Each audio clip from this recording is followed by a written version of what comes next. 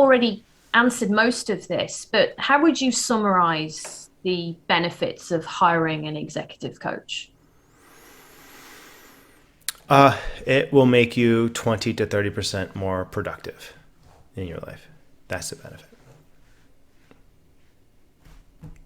Full stop. Among other things. Among But many, yeah. yeah, among many other things, but it's that's the that to me is the foundation piece that then allows you to explore. Like, okay, let's say if I were just starting out, brand fresh, never found coaching, and then let's say I'm working in an organization and my supervisor says, hey, you need to get a coach. Fine, this is what I would look for first.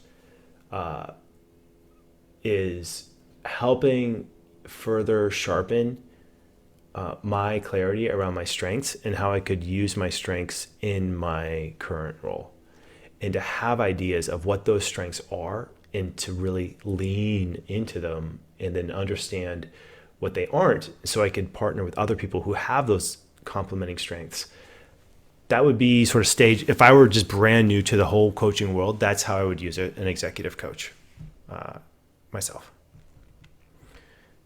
From there, it just,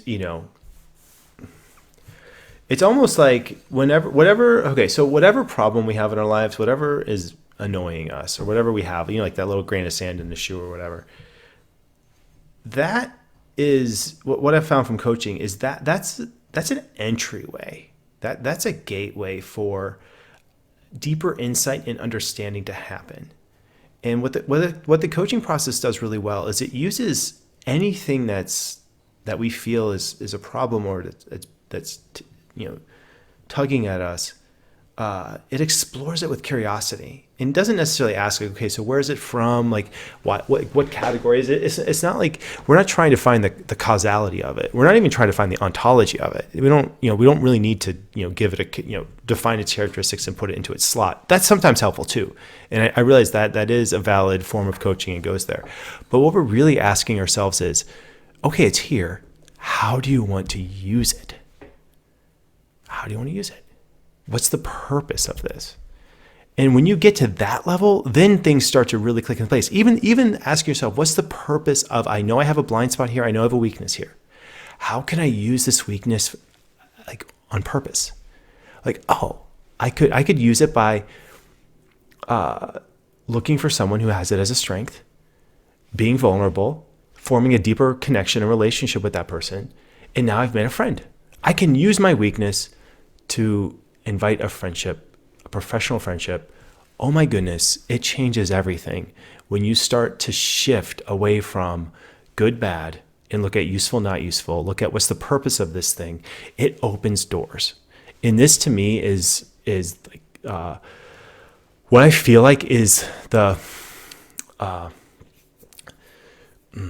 concept that we're trying to move into all these different spaces, especially in the the executive world is doing this. I think is a leader in this idea of using even strengths and weaknesses simply because it works. And when you're in this space and when you're dealing with this, these large amounts of money, when you find something that works, it's just a matter of time before it's going to get adopted. And it is. And the executive world is really, it's an engine for insights like this and moving the ball forward. Yeah. That's my sense of the state of coaching in the executive world right now. Yeah. And I mean, I work with a lot of very senior execs who are looking for that purpose piece. And, the question might be, why executive coaching if you've already got high achievers?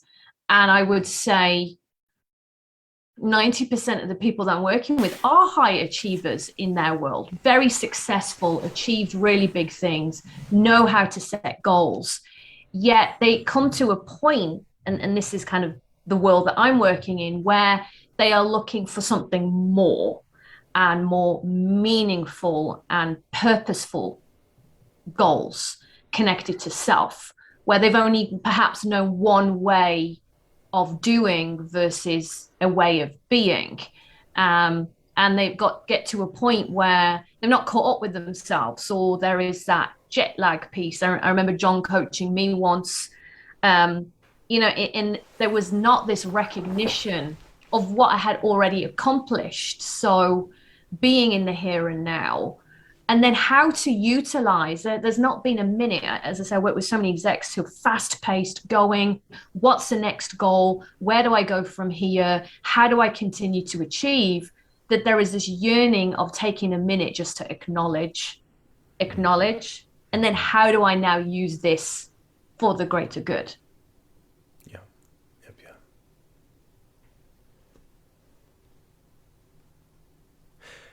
You do a lot of executive coaching, Raj. If you had, let's say, a concept that you could roll out that you see as a pretty, that is a common thread through a lot of your coaching calls, what would that be?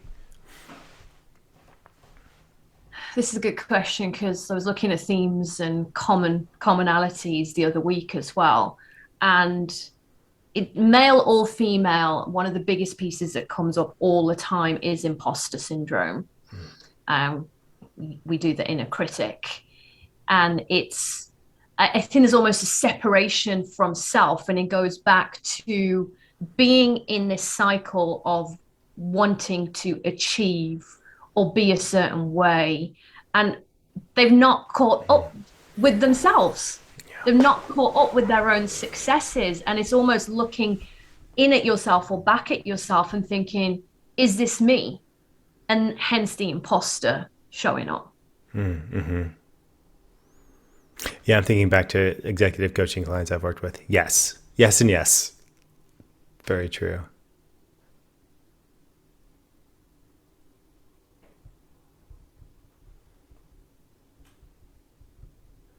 What do you love best about executive coaching?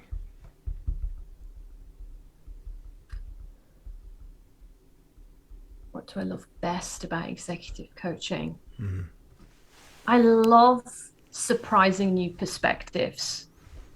I love when people can recognize that they're human beings first versus value being in what they do.